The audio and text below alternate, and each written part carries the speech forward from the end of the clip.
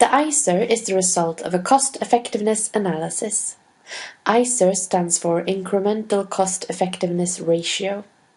That's a complicated word for something very simple. This is how the ICER is calculated. Suppose we have the following results from an analysis.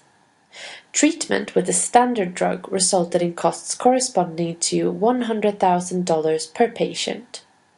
These are costs for the drug, administration, future hospitalizations, productivity losses, etc.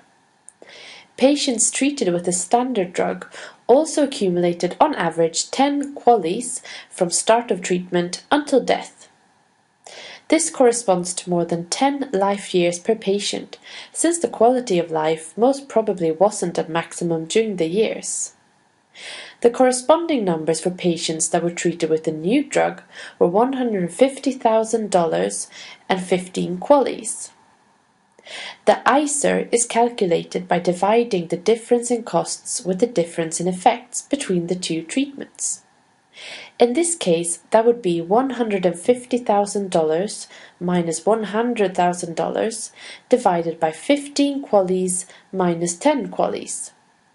That gives $50,000 divided by 5 QALYs, which gives an ICER of $10,000 per QALY with the new drug. The ICER is interpreted as the price of an additional QALY with a more effective treatment. In this case, the ICER tells us that we can buy QALYs to a price of $10,000 each. Is that a good price? If we think so, the treatment is said to be cost-effective. If we don't think so, the treatment is not considered cost-effective. So what would an acceptable price be? In England and Wales, £30,000 per QALY is often referred to. In the US, $50,000 per QALY, and in Sweden, about 50,000 euros per QALY. However, these are not fixed limits.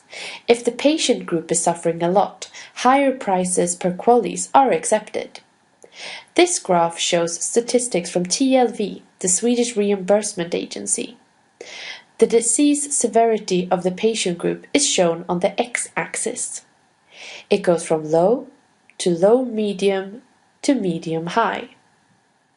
On the y-axis are the ICERs from the cost-effectiveness analysis.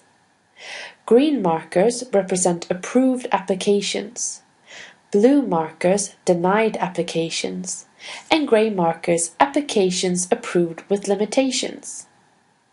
It is obvious from this graph that the higher the disease severity, the higher prices per QALY have been considered acceptable.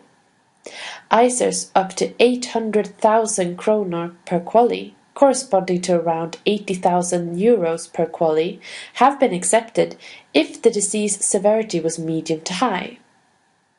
On the contrary, applications with ICERs well below what would normally be considered cost-effective were not approved if the disease severity of the patient group was low.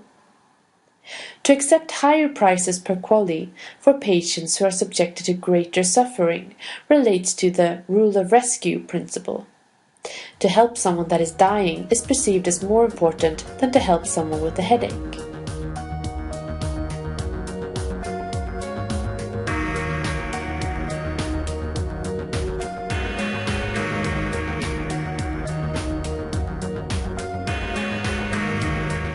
It's easy to claim that something is cost-effective. But compared to what? Cost-effectiveness is always in relation to something else, even if this something else is to do nothing. Compared to a highly expensive and ineffective treatment, any treatment would appear to be cost-effective.